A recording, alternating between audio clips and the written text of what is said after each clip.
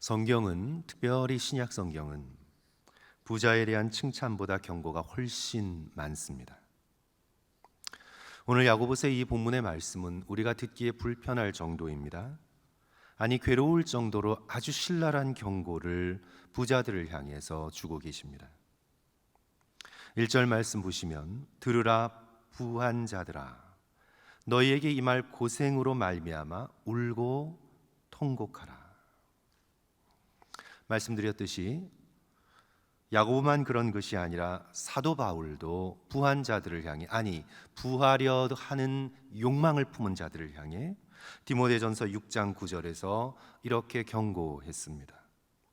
부하려 하는 자들은 시험과 올무와 여러 가지 어리석고 해로운 욕심에 떨어지나니. 현재 가난하다 하더라도, 현재 부를 경험하고 있지 않더라도 부하고 싶은 마음의 욕망을 가진 모든 자에게 신약 성경의 말씀은 경고하고 있는 것입니다. 야고보만이 아니라, 바울만이 아니라 예수 그리스도께서도 부자에 대한 경고가 훨씬 더 많았습니다. 예수 그리스도께서 부한 자들의 부 자체를 칭찬하시거나 부러워하신 적이 없습니다. 오히려 경고하셨습니다. 누가복음 12장을 보시면 우리가 잘 아는 어리석은 부자에 대한 비유가 있습니다. 누가복음 16장에는 부자와 거지 나사로의 비유가 있습니다. 예수님의 초청을 재물 때문에 거절한 부자 청년의 슬픈 이야기가 나옵니다. 예수 그리스도께서 부자와 권력자에 대한 냉소적인 이 표현을 들어보십시오. 너희가 무엇을 보려고 나갔더냐? 부드러운 옷 입은 사람이냐? 부드러운 옷 입은 사람들은 왕궁에 있느니라. 예수 그리스도로부터 시작해서 사도 바울, 야고보, 신약의 말씀은 부에 대해서 엄중히 경고하고 있습니다. 성도 여러분, 왜 그렇게 경고할까요?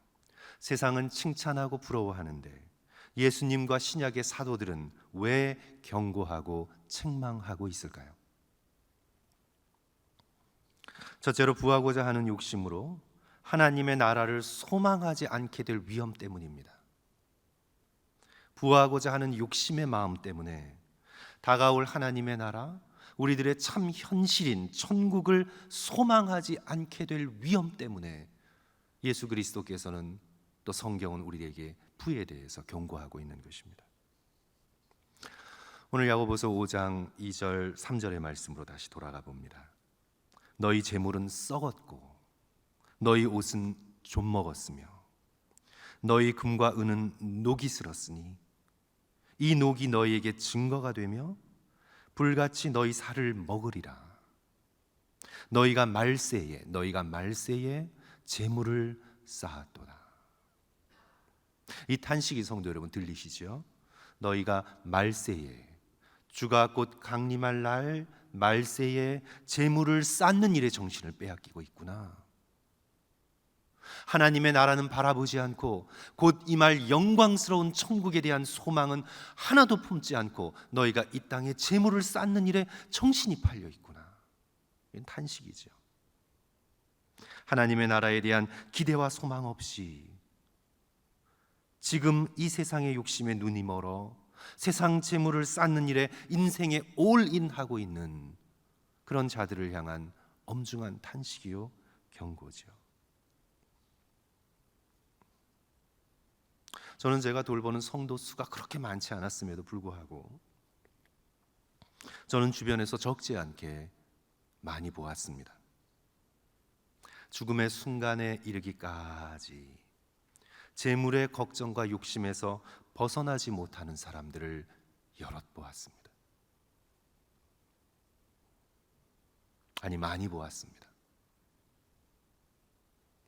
떠날 날이 가까워올수록 우리는 세상의 욕심을 버리고 천국을 소망하고 빛 대신 그리스도를 만날 기대감에 부풀어 있어야 할 우리의 영혼이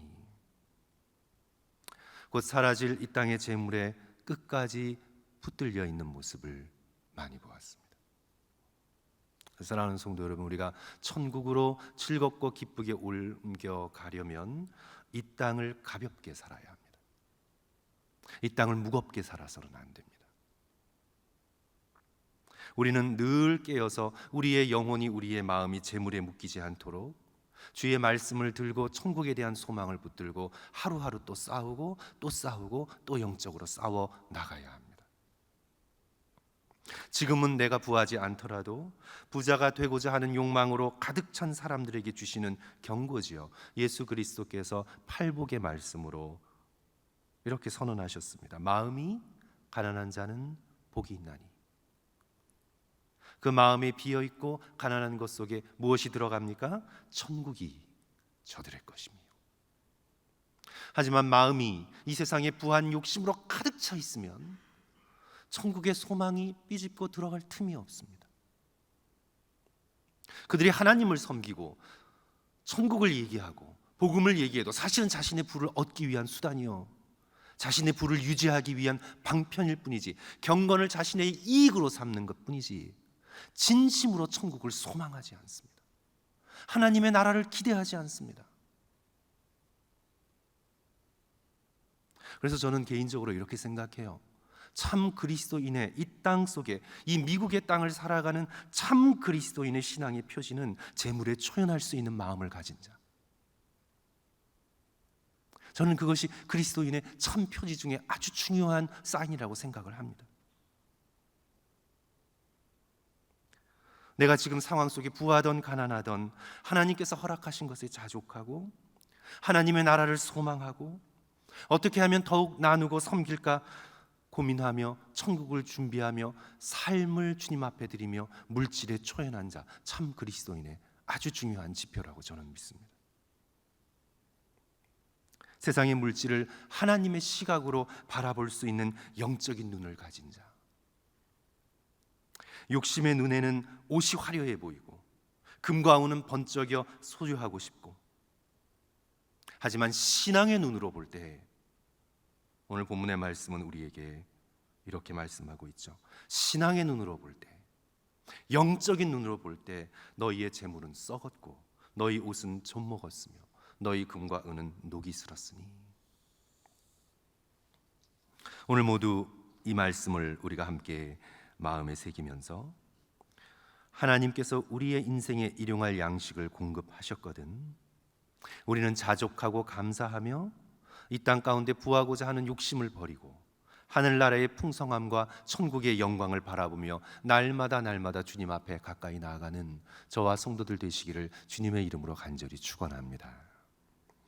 둘째로, 신약의 말씀이, 오늘 이 본문의 말씀이 재물에 대하여 이렇게 섬뜩한 경고를 하시는 이유는 부하고자 하는 욕심 때문에 하나님의 의로우심을 무시할 위험 때문입니다. 부하고자 하는 욕심 때문에 하나님이 얼마나 의로우신 분인가, 하나님이 얼마나 공평하신 분인가를 무시할 수 있는 위험 때문에 재물에 대해서 경고하고 있는 것입니다. 우리 다 같이 4절의 말씀 한 목소리로 읽습니다. 보라, 너희 밭에서, 같이 읽습니다. 시작. 보라, 너희 밭에서 추수한 품꾼에게 주지 아니한 삭시 소리 지르며 그 추수한 자의 우는 소리가 만군의 주의 귀에 들렸느니라. 오늘 이 말씀이 불의하게 부자가 된 사람들에게 주신 경고임을 알 수 있습니다. 불의한 방법으로, 다른 사람의 고통의 대가로 부를 취득하고 쌓는 사람들에게 주시는 말세를 향한 경고의 말씀임을 우리는 듣게 됩니다. 이들은 추수한 품꾼에게 삭슬 주지 않았습니다. 그 품꾼은 삭슬 받지 않으면 먹고 살 길이 없는데 자신에게 좀 더 이득이 되고자, 좀 더 많은 것을 남기고자 품꾼에게 정당한 대가를 지불하지 않습니다. 대신 자신들은 사치합니다. 방종합니다. 5절, 너희가 땅에서 사치하고 방종하여 살육의 날에 너희 마음을 살찌게 하였도다. 자극적인 이미지죠. 굉장히 충격적인 묘사입니다. 이 도살장에 익숙한 분들이 혹시 계실지 모르는데 저는 뭐 익숙하진 않아요. 저는 그냥 들어서 전하는 것인데, 이 마지막 짐승을 잡을 때 일부러 살을 빼겠어요? 살을 찌우겠어요? 성도 여러분, 당연히 살을 찌우죠. 도살을 해서 팔아야 되는데 살을 찌우죠. 심지어는 막 물을 먹여가면서 소에 파운드를 늘려서 살을 찌우게 합니다. 마지막 살육의 날에, 도살의 날에 짐승을 잡을 때 살을 찌운다는 거예요. 추수감사절 앞두고 터키에게 엄청나게 먹이를 줍니다. 살을 찌우는 거예요. 마지막 날에. 그러니까 지금 이 말씀이 우리에게 주시고 있는 그 굉장히 자극적이고 그런 이미지를 보십시오. 단순히 경고하는 허풍이 아닙니다. 주의 날에, 재림의 날에, 모든 것을 심판하실 날에, 하나님의 공의가 온 세상에 드러나는 바로 그 날에 불의한 수단으로 스스로를 살찌운 자의 운명이 하나님의 심판 날에 그와 같을 것이다 경고하고 있는 거죠. 그리고 더 섬뜩한 것은 6절의 말씀이 더 섬뜩해요. 6절의 말씀이 훨씬 더 섬뜩합니다. 이런 마음을 가진 자. 그러니까 지금 구체적인 행동을 얘기하는 것이면 이런 마음을 품고, 이런 욕심을 품고 천국에 대한 소망도 무시하고 하나님의 의로우심에 대한 그런 것도 무시하고, 그래서 이 세상에 대한 욕심의 이 마음을 가진 자는 6절 말씀 보십시오. 너희는 의인을 정죄하고 죽였으나 그는 너희에게 대항하지 아니하였느니라. 여기서 의인은 누구를 말하는 것 같습니까, 성도 여러분?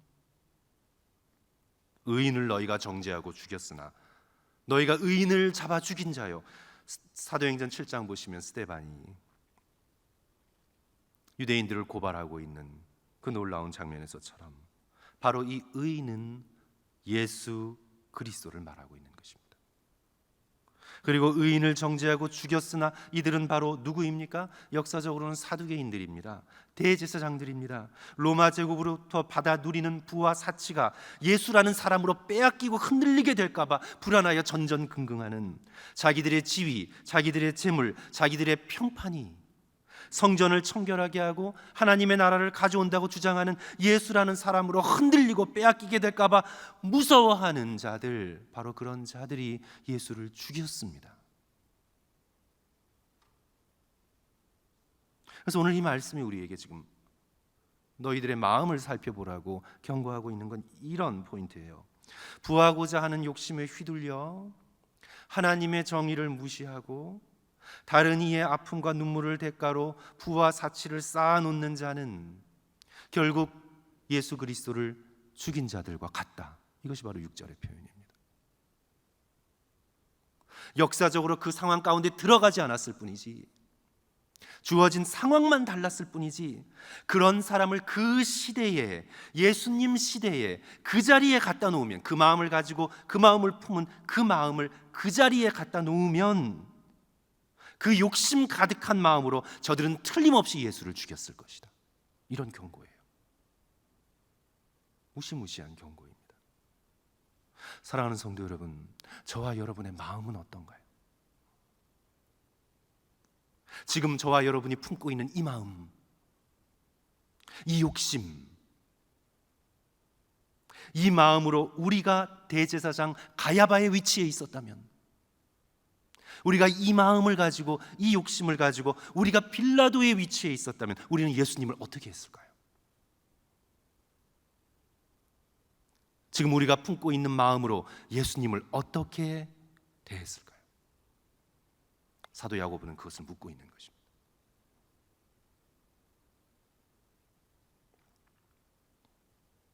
이런 위험한 욕심에서 우리가 자유롭게 되는 길은 7절 이하부터 11절까지 주의 재림을 기다리는 것밖에 없습니다. 임하실 하나님의 그 놀라운 나라를 사모하고 바라고 빛으로 다가오실 예수 그리스도 앞에 날마다 서는 연습을 하는 길 밖에는 이 위험한 욕심을 떨어뜨릴 힘이 없습니다. 그래서 바로 7절이죠. 그러므로 형제들아, 주께서 강림하시기까지 길이 참으라. 보라, 농부가 땅에서 나는 귀한 열매를 바라고 길이 참아 이른 비와 늦은 비를 기다리나니, 천국에 맺힐 귀한 열매를 바라보며 주의 재림을 기다리며 인내하고 썩어질 이 땅의 재물에 마음이 붙들리는 것이 아니라 예수 그리스도께서 주실 귀한 하늘의 열매, 주께서 우리에게 허락하실 귀한 상급을 바라보며 끝까지 믿음을 지키며 이 땅에서 인내하라. 8절도 마찬가지죠. 너희도 길이 참고 마음을 굳건하게 하라. 주의 강림이 가까우시니라. 주의 재림을 기다릴 때 우리는 이 땅의 욕심에서부터 자유로울 수 있습니다. 그럴 수 있습니다. 11절에서는 구약의 욥의 인내를 예를 들어 주십니다. 앞에서는 선지자의 예 10절, 11절에는 구약의 욥의 인내. 보라, 인내하는 자를 우리가 복되다 하나니 너희가 욥의 인내를 들었고, 아주 중요한 표현입니다. 주께서 주신 결말을 보았거니와. 주께서 주신 결말, 그 결말을 보았거니와 주는 가장 자비하시고 긍휼히 여기시는 이시니라. 주께서 주신 결말, 우리가 진정 바랄 것은 주께서 주실 결말입니다. 이 땅의 결말이 아니라 주께서 내게 주실 그 결말. 잘하였도다 착하고 충성된 종아, 내가 작은 일에 충성하였으니 내게 큰 것으로 맡기리니 주인의 즐거움에 참여할지어다. 주께서 우리에게 주실 결말. 이 데일 블랙이라는 파일럿, 그러니까 비행기 조종사가 있는데, 그는 이 상업용 비행기를 조종하는 파일럿이지만 아주 많은 시간을 구호 활동을 위해 헌신하고 있는 그런 파일럿입니다. 그가 그렇게 나이가 많지 않았음에도 불구하고 이 책을 쓸 당시에 50여 개국의 가난한 나라에 5,000번 이상이나 비행기를 몰고 가서 그 지역에 집을 짓고 고아원을 세우고 교회를 돕고 병원을 건축하는 일에 헌신을 하며 하나님의 사랑과 예수 그리스도의 복음을 전하는 일에 헌신하고 있었습니다. 그가 이렇게 물질에 대한 욕심을 버리고 구호 활동할 시간에 상업용 비행기를 한 번이라도 더 몰면 얼마나 많은 재물을 얻겠어요? 그것을 버리고, 그런 물질에 대한 욕심을 버리고 이런 선교와 구제 사역에 헌신하게 된 계기가 있었습니다. 그가 이제 비행기 사고로 거의 자신이 함께 즐기고 있는 그 개인 소형 비행기였는데, 그 비행기 사고로 거의 죽음 일보 직전까지 갔습니다. 그때 그가 그 죽음의 일보 직전에서 아주 신비로운 체험을 합니다. 그의 체험입니다. 그의 체험을 해요. 자기 몸은 거꾸로 처박힌 비행기 안에 매달려 있었는데 이제 영혼은 몸을 빠져나와 긴 터널을 통과하고 있었습니다.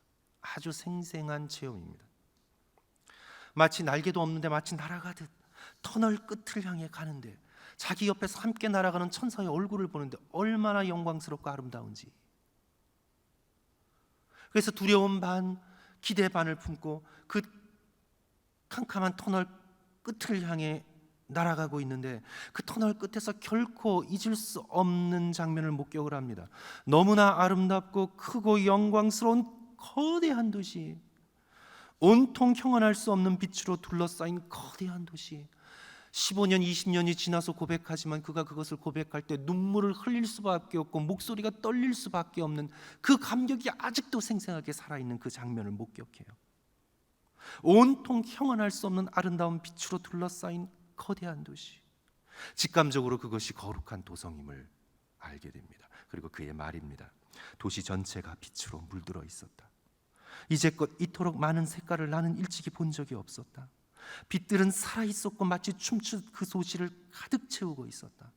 놀랍게도 그 도시엔 수백만, 아니 수천이나 되는 천사들과 사람들이 모여 있었다. 아름다운 사람들의 움직임, 빛의 흐름, 형언할 수 없는 신비로운 음악, 하나님을 예배하는 천사들. 나는 영원히 이곳에 머물고 싶었다. 다시는 그림자 같은 세상으로 돌아가고 싶지 않았다. 그러나 천사로부터 이런 소리를 듣지요. 아직 너의 때가 아니다. 아직 너의 때가 아니다. 돌아가라. 이 말을 듣고 깨어나요. 병원에 누워있는 자신을 발견하게 됩니다. 그 후로 데일 블랙은 이 땅의 일에 대한 흥미를 잃어요. 그러니까 그 흥미라는 것이 삶을 살고 싶지 않다는 뜻이 아니라 이 세상의 기준으로 좋다고 하는 것들에 대한 흥미를 잃어요.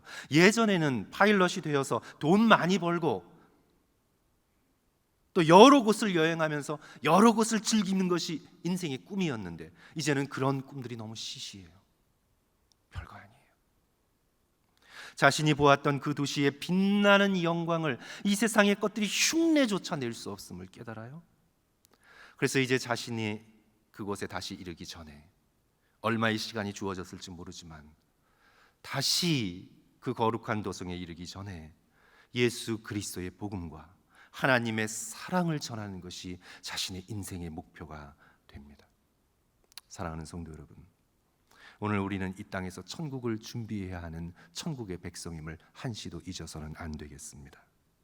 우리는 다시 강림하실 예수 그리스도를 만날 준비를 해나가야 하는 이 은혜의 때를 살고 있음을 잊지 말아야 되겠습니다. 우리는 십자가의 능력을 붙들고 우리의 마음이 거룩하게 변화되어야 하는 귀한 시간을 살아가고 있음을 잊지 말아야 하겠습니다.